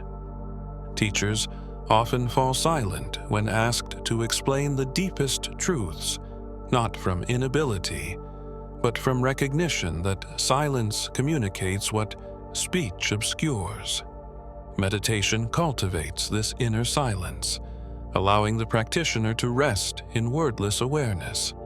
In that rest, understanding arises not from thinking, but from being, a direct knowing that bypasses the mind entirely. Surrender dissolves the separate sense of doer. The ego claims authorship of actions and takes credit for successes while resisting failures. But when examined closely, actions arise from a complex interplay of conditioning, circumstances, and forces far beyond personal control. Surrender is the recognition that there is no separate individual controlling life. Actions happen, choices appear, but no autonomous self stands apart from the flow of causality directing it all. This is not passivity, but profound relaxation into what is. When the doer dissolves, action continues, but without the burden of self-concern. Surrender also implies trust, allowing life to unfold without constant interference from the mind's preferences and fears. Paradoxically, this surrender does not lead to helplessness, but to effortless effectiveness, because action is no longer distorted by the narrow agendas of a separate self.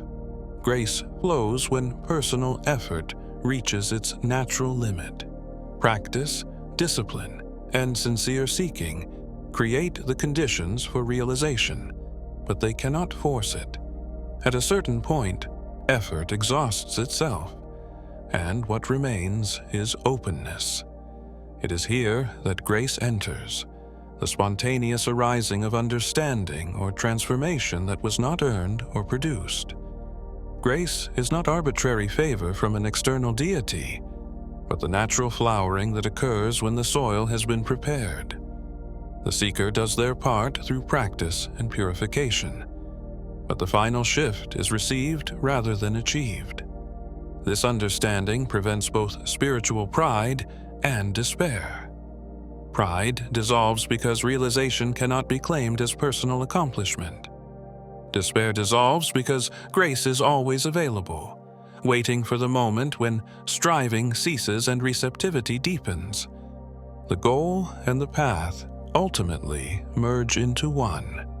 Seekers often imagine enlightenment as a distant destination reached through long effort, but the journey itself is an unfolding recognition that what is sought has never been absent. Each step on the path reveals more of what was already true. The goal is not separate from the walking. It is the recognition that dawns progressively with each moment of honest inquiry and release. Eventually, the distinction between seeker and sought, path and destination, dissolves. There is only this, the eternal present in which everything is already complete. The journey was necessary not to reach something distant, but to realize what was always here, overlooked in the search for something else. Wisdom arises not from acquiring, but from uncovering. The mind accumulates knowledge like possessions, but wisdom is different. It is the natural clarity that emerges when confusion is removed. Nothing new needs to be added. The clouds of ignorance, desire, and false identification simply need to disperse. As they lift, the inherent wisdom of awareness shines forth, not as a concept to learn, but as the direct recognition of how things are. This uncovering happens through inquiry, meditation, and the dissolution of patterns that obscure clear seeing. What is revealed was never absent. It was only hidden beneath layers of conditioning. Wisdom does not belong to the individual. It is the light of consciousness itself, perceived when the obstructions to perception are cleared away. Love and knowledge converge in direct realization. The path of devotion and the path of knowledge appear different but lead to the same recognition. Love dissolves the boundaries of separation through the heart's expansion. Knowledge dissolves boundaries through seeing the illusory nature of division. In the end, both reveal the same truth, that there is only one reality appearing as many, and that the lover, the beloved, and love itself are movements within a single consciousness. When realization dawns, the heart overflows with love for all beings because all beings are recognized as oneself. Knowledge is no longer dry or abstract, but saturated with feeling. Love is no longer blind, but illuminated by understanding. The union of head and heart, wisdom and compassion, thinking and feeling, marks the wholeness of awakened consciousness. The journey inward reveals the infinite outward.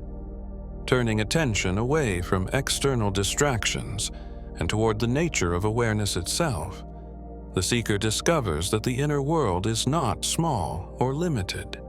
Depth gives way to more depth. Silence opens into vastness.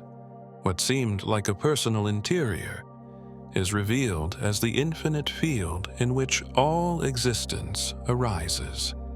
The inner journey does not lead to isolation or withdrawal, but to the recognition that inner and outer are not truly separate. The world is not somewhere else, external to consciousness. It appears within consciousness as consciousness. Realizing this dissolves the boundary between self and world, revealing that the entire universe is an intimate expression of the same awareness that is looking through your eyes right now. Each being is a unique expression of one consciousness. Though ultimate reality is non-dual, the manifestation of that reality includes infinite diversity. No two beings are identical, because consciousness delights in endless variation. Each life, each perspective, is a unique angle from which the infinite knows itself. This uniqueness is not a problem to overcome, but part of the beauty of existence. Recognizing unity does not erase individuality. It situates individuality within a larger wholeness, where each part contributes to the richness of the whole. You are not required to become someone else or dissolve your particularity. The invitation is to recognize that beneath your unique expression lies the same consciousness that animates all beings, and that recognizing this shared ground does not diminish but fulfills the beauty of your individual unfolding. Your breathing has become so soft now, almost imperceptible, a gentle rhythm that continues without your attention. The body has settled into deep rest, held and supported, asking nothing. Thoughts may still drift through awareness like distant clouds, appearing and dissolving on their own. You are not holding them or pushing them away. They simply pass through the vast stillness that you are. This stillness was never created by practice or effort. It has always been here, beneath the surface of activity and thought, waiting to be recognized. As you sink deeper into rest, the teachings and words fade into background, leaving only this quiet presence, this simple being, this moment that asks nothing and offers everything.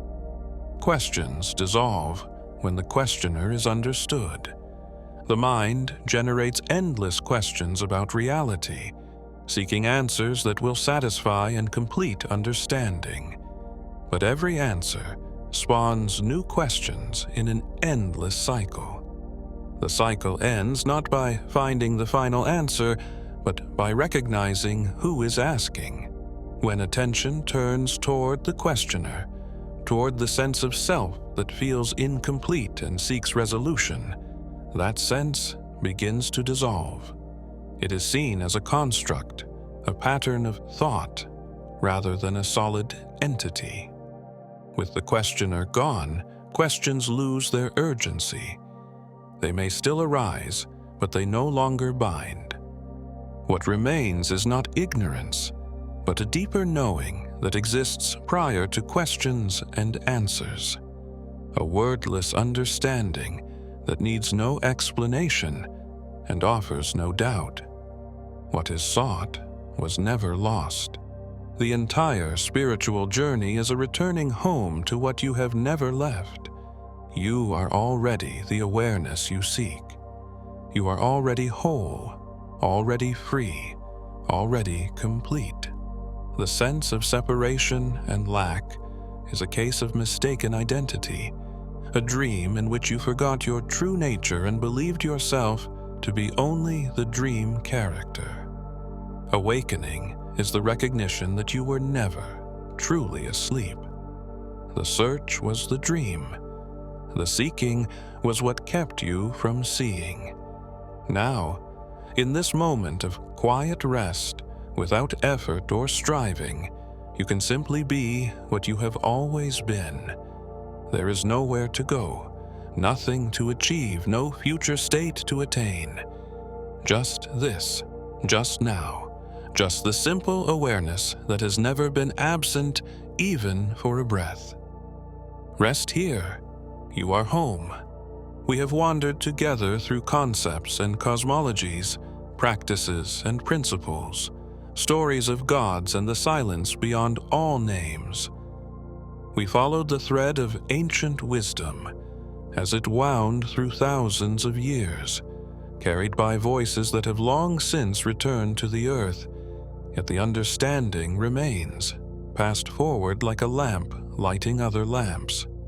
We touched on Dharma and Karma, on the eternal self and the infinite ground of being, on cycles vast beyond measure, and the stillness that contains them all. We explored paths of devotion and paths of knowledge, rituals of fire and water, the subtle architecture of consciousness, and the simple practice of sitting still. These teachings arose from seekers who wondered what remains when everything temporary is stripped away, who asked who we truly are beneath roles and names and histories. They found that beneath the noise of the mind lies a silence that is not empty but full, not distant but intimately present, not elsewhere but here, always here, as close as the breath that moves through you now. The wisdom does not belong to any culture or time. It speaks to something universal, the longing to understand, the ache to return to wholeness, the sense that there is more to existence than what appears on the surface. If you've enjoyed these gentle journeys into understanding, you're always welcome to like, subscribe, or leave a quiet thought below. And if you happen to still be awake, Another video will be waiting on your screen, ready to carry you a little further into rest. But for now, let the words dissolve like mist in morning sun.